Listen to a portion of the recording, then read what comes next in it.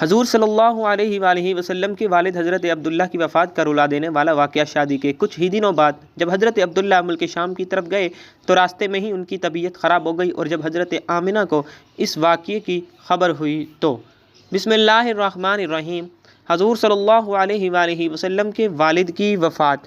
حضور صلی اللہ علیہ وآلہ وسلم کے والد حضرت عبداللہ کو اللہ تعالیٰ نے بہت زیادہ خوبصورتی عطا کی تھی، جو بھی انہیں دیکھتا اپنے دانتوں تلے انگلیاں دبا دیتا تھا۔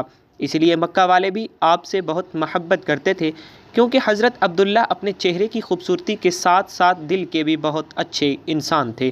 غریبوں کی مدد کرنا، یتیموں کے لیے سہارا بننا اور بیوہ عورتوں کے لیے دوڑ دوڑ کر کام کرنا، یہ ان کی زندگی کے خاص عمل تھے۔ حضرت عبداللہ کے چہرے پر ایک نور چمکتا تھا جو اس بات کا اشارہ تھا کہ یہ ایک ایسے نبی کے باپ ہیں جو ساری دنیا سے گمراہی کو ختم کرے گا۔ ایک دن حضرت عبداللہ بازار سے گزر رہے تھے کہ ایک بہت مشہور جادوگر عورت نے حضرت عبداللہ کو اپنے پاس بلایا۔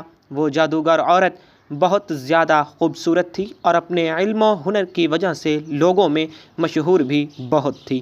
اس نے حضرت عبداللہ سے کہا کہ اے عبداللہ، تمہارے باپ نے زمزم کا کنواں کھودتے ہوئے نظر مانی تھی کہ ایک لڑکے کو ذبح کریں گے، پھر تمہارا نام آ گیا لیکن تمہاری جگہ 100 اونٹوں کو ذبح کیا گیا۔ آج میں تمہیں 100 اونٹ اس بات کے بدلے میں دوں گی کہ تم میرے ساتھ ایک رات گزار لو۔ حضرت عبداللہ نے کہا ارے نہیں نہیں، یہ گناہ کی بات ہے، میں ایسا ہرگز نہیں کر سکتا۔ مجھے مرنا گوارا ہے لیکن یہ برا کام کرنا میں کبھی گوارا نہیں کر سکتا۔ اور پھر حضرت عبداللہ وہاں سے اپنے گھر کو چلے گئے۔ کچھ دنوں کے بعد حضرت عبد المطلب نے اپنے بیٹے عبداللہ کی شادی مدینہ کے ایک بہت اونچے خاندان کی لڑکی حضرت آمنہ سے طے کر دی، اور پھر کچھ دنوں کے بعد ہی دونوں کی شادی ہو گئی اور حضرت عبداللہ حضرت آمنہ کو لے کر اپنے گھر آ گئے۔ اسی دن شام کو حضرت عبداللہ کو وہی جادوگر عورت بازار میں پھر سے ملی، اور وہ کہنے لگی کہ اے عبداللہ، میں بدکار عورت نہیں ہوں بلکہ میں ایک شریف گھرانے سے تعلق رکھتی ہوں۔ میں نے اس دن جو تم سے کہا تھا کہ میرے ساتھ ایک رات گزار لو، وہ صرف اس وجہ سے کہا تھا کہ میں یہ تمہارے ماتھے پر آخری نبی کا نور دیکھا تھا۔ میں چاہتی تھی کہ وہ نور میرے بدن میں آ جائے اور میں اس نبی کی ماں بن جاؤں، لیکن تمہاری بیوی آمنہ اس میں بازی لے گئی۔ حضرت عبداللہ اپنی بیوی آمنہ سے بہت زیادہ محبت کرتے تھے۔ حضرت آمنہ بھی بہت زیادہ خوبصورت تھیں۔ شادی کے 2 مہینے بعد ایک رات حضرت عبداللہ نے اپنی بیوی حضرت آمنہ سے کہا کہ اے آمنہ، مجھے 3 دنوں کے بعد ملک شام کی طرف کاروبار کے لیے سفر کرنا ہے تاکہ کچھ پیسے کما سکوں اور اپنے پیدا ہونے والے بچے کے لیے کچھ چیزوں کا انتظام کر سکوں۔ حضرت آمنہ نے کہا کہ آپ چلے جائیں گے تو میں اکیلی کیسے رہوں گی؟ مجھے آپ کے بغیر بالکل بھی اچھا نہیں لگے گا۔ حضرت عبداللہ کہنے لگے اے آمنہ، تم پریشان نہ ہونا، میں بہت جلدی واپس آ جاؤں گا اور تمہارے لیے خوب اچھے اچھے تحفے لے کر آؤں گا۔ اور پھر 3 دنوں کے بعد حضرت عبداللہ نے اپنا سفر کا سامان تیار کیا اور اونٹ پر بیٹھ کر ملک شام کی طرف چل دیے۔ جب وہ گھر سے نکل رہے تھے تو حضرت آمنہ دروازے کے پاس کھڑی اپنے شوہر کو امید کی نظروں سے دیکھ رہی تھی اور آنکھوں میں ان سے کہہ رہی تھی کہ جلدی آنا، مجھے آپ کے بغیر بالکل بھی اچھا نہیں لگے گا۔ حضرت عبداللہ کا اونٹ چلتا جا رہا تھا اور حضرت آمنہ دروازے پر کھڑی اپنی محبت کو دور جاتا دیکھ رہی تھی۔ حضرت عبداللہ 10 لوگوں کے قافلے کے ساتھ ملک شام کی طرف روانہ ہوئے۔ راستے میں ان کی طبیعت خراب ہو گئی اور مدینہ ہی میں اپنی نانی کے گھر رک گئے۔ وقت تو گزرتا گیا۔ حضرت آمنہ ہر روز اپنے شوہر کا انتظار کرتی اور ہر آنے جانے والے سے ان کی خبر معلوم کرتی کہ میرے شوہر عبداللہ کب آئیں گے، لیکن ان کو کوئی صحیح جواب نہ ملتا۔ جب بھی مکہ میں کوئی قافلہ تجارت کر کے واپس لوٹتا تو حضرت آمنہ گھر کے دروازے پر کان لگا کر کھڑی ہو جاتی کہ شاید میرے شوہر عبداللہ آ گئے ہیں، لیکن بعد میں خبر ملتی کہ حضرت عبداللہ اس قافلے میں نہیں ہیں۔ 2 مہینے کے بعد ان 10 لوگوں کا قافلہ مکہ واپس لوٹا جن کے ساتھ حضرت عبداللہ گئے تھے۔ ان کے مکہ پہنچنے کی خبر ایک دن پہلے ہی مشہور ہو گئی۔ یہ سن کر حضرت آمنہ بہت خوش ہوئیں کہ میرے شوہر واپس آ رہے ہیں۔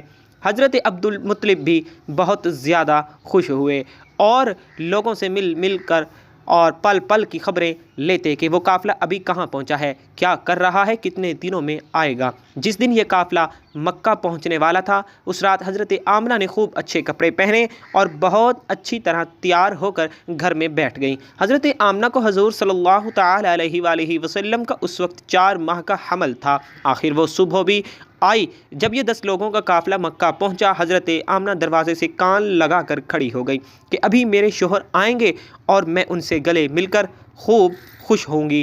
حضرت عبد المطلب کو بھی جیسے ہی خبر ہوئی تو دوڑتے ہوئے قافلے کے پاس پہنچے، لیکن حضرت عبداللہ نظر نہیں آ رہے تھے۔ پریشان ہو کر قافلے والوں سے پوچھا کہ میرا لڑکا عبداللہ کہاں ہے، وہ نظر نہیں آ رہا۔ تو قافلے والوں نے جواب دیا کہ جاتے وقت مدینہ کے پاس راستے میں ہی حضرت عبداللہ کی طبیعت خراب ہو گئی تھی، اس لیے وہ مدینہ میں اپنی نانی کے گھر رک گئے تھے، اس کے بعد ہمیں نہیں پتہ۔ یہ سنتے ہی حضرت عبد المطلب نے اپنے بڑے بیٹے حارث کو کہا کہ اے حارث، جلدی سے اپنا گھوڑا نکالو اور مدینہ کی طرف سفر کرو اور جا کر دیکھو کہ میرے بیٹے عبداللہ کی کیا حالت ہے، اور پھر جلدی سے آ کر مجھے خبر دو۔ حضرت آمنہ کا دل آج پھر سے ٹوٹ گیا۔ وہ امید باندھے بیٹھی تھیں کہ آج میرے شوہر آئیں گے، لیکن خبر تو کچھ اور پہنچی۔ ادھر حضرت حارث نے بہت تیزی سے اپنا گھوڑا مدینہ کی طرف دوڑایا۔ 3 دنوں کے سفر کے بعد وہ مدینہ پہنچے اور نانی کے گھر جا کر معلوم کیا کہ حضرت عبداللہ کہاں ہیں، تو ایک دل کو دہلا دینے والی خبر ان کے کانوں میں پڑی۔ گھر والوں نے بتایا کہ اے حارث، عبداللہ کی طبیعت بہت زیادہ خراب تھی، انہیں دل کا دورہ پڑا تھا اور ان کی ابھی 1 مہینے پہلے وفات ہو چکی ہے، ہم نے انہیں نابغہ نام کی جگہ پر دفن کر دیا ہے۔ یہ سن کر حضرت حارث کی بھی آنکھوں سے آنسو آ گئے۔ وہ بھی اپنے چھوٹے بھائی عبداللہ سے بہت محبت کرتے تھے، اور پھر یہ واپس مدینہ پہنچے اور اپنے باپ حضرت عبد المطلب کو خبر دی۔ تو حضرت عبد المطلب کے ہوش اڑ گئے، اچانک ان کی آنکھوں سے آنسو بہنے لگے اور اپنے بیٹے حضرت عبداللہ کی وفات کا غم برداشت نہ کر سکے، لیکن فوراً خود کو سنبھالا اور سارے لوگوں کو جمع کر کے کہا کہ اے لوگوں، آمنہ کو اس کی خبر نہ ہونے دینا، کیونکہ وہ حمل سے ہے۔ میں چاہتا ہوں کہ میرے عبداللہ کی نسل آگے چلے، وہ بے اولاد نہ رہے، اس کے گھر بھی ایک لڑکا ہو جو میرے عبداللہ کا وارث بنے۔ حضرت عبد المطلب نے شفا نامی ایک دائی کو بلایا اور کہا کہ اے شفا، تم آمنہ کو بہت سمجھا بجھا کر اور بہت تسلی دے کر یہ خبر سنانا کہ ان کے شوہر کی وفات ہو گئی ہے، لیکن دھیان رکھنا کہ ان کے اوپر زیادہ بڑا صدمہ نہ لگنے پائے، کیونکہ وہ امید سے ہے۔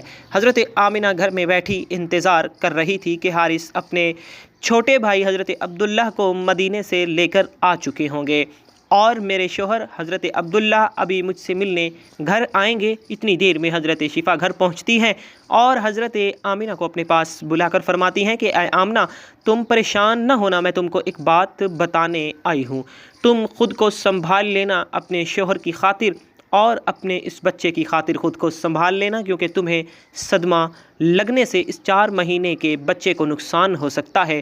پھر حضرت شفا نے حضرت آمنہ کو ساری باتیں بتا دیں کہ تمہارے شوہر حضرت عبداللہ کی راستے میں جاتے ہوئے طبیعت خراب ہو گئی تھی اور پھر مدینہ ہی میں ان کی وفات ہو گئی اور وہیں ان کو دفن کر دیا گیا۔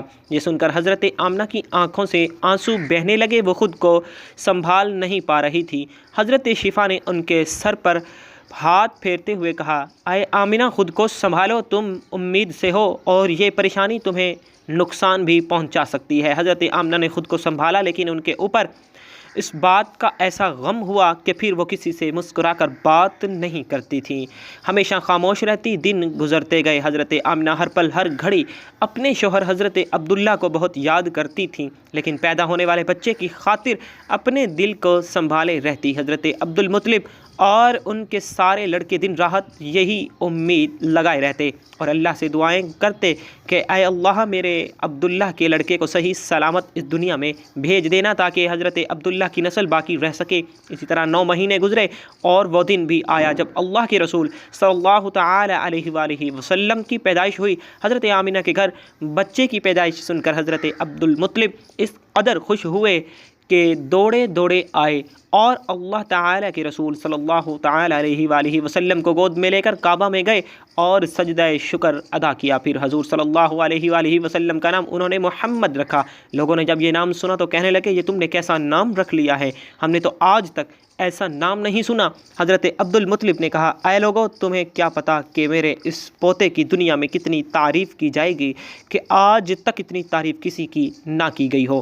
حضرت عبداللہ کے سارے بڑے بھائی حضور صلی اللہ تعالیٰ علیہ وآلہ وسلم کی پیدائش پر بہت خوش ہوئے، یہاں تک کہ ابو لہب کو جیسے ہی اس کی نوکرانی نے آ کر خوشخبری سنائی کہ اے ابو لہب تجھے بھتیجا مبارک ہو، تو ابو لہب اتنا زیادہ خوش ہوا کہ اس نے اپنی نوکرانی کو کہا کہ جا آج سے اپنے بھتیجے کی پیدائش کی خوشی میں نے تجھے آزاد کر دیا۔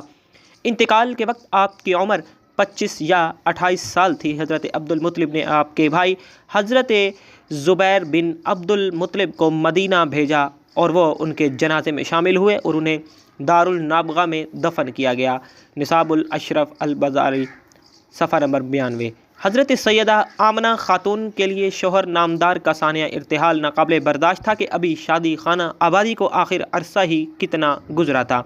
آپ کے قلب انور پر اس صدمہ کا کس قدر اثر ہوا اور اس کا اندازہ آپ کے ان اشعار سے ہوتا ہے۔ حضرت آمنہ فرماتی ہیں ہاشم کا ایک فرزند بطحہ مدینہ منورہ کی جانب جا کر چاند کی طرح چھپ گیا، وہ لحد میں بہادر جوانوں کے شور و غل یعنی آہو بکا کے ساتھ جا کر سو گیا۔ مراد یہ کہ لوگوں کو روتا چھوڑ کر موت نے جو ہی اس کو پکارا اس نے فوراً لبیک کہہ دیا۔ افسوس کہ ہاشم کے اس فرزند کی نظیر موت نے اب دنیا میں نہیں چھوڑی۔ اس کے دوست شام کے وقت اس کی لاش کو اٹھائے ہوئے جا رہے تھے اور وہ ازراہ محبت و عقیدت کا کاندھا بدلتے اور اس کے اوصاف بیان کرتے چلے جا رہے تھے۔ اگرچہ موت نے ان کو ہم سے دور کر دیا ہے مگر اس میں تو شک نہیں کہ وہ بہت زیادہ سخی اور غریبوں کی از حد ہمدرد تھے، یعنی ان کے دلوں سے ان کی یاد تو بالکل بھی نہیں نکل سکتی۔ ناظرین، اللہ تعالی ہمیں دین کی مکمل سمجھ نصیب فرمائے اور ہمیں نیکوکاروں میں شامل کرے، آمین ثم آمین۔ ناظرین، کمنٹ باکس میں اللہ اور اللہ کے رسول صلی اللہ تعالی علیہ وسلم کے 99 ناموں میں سے ایک نام کو ضرور ٹائپ کیجیے گا۔ زندگی رہی تو انشاءاللہ نیکسٹ ویڈیو میں ملیں گے، تب تک کے لیے اللہ حافظ۔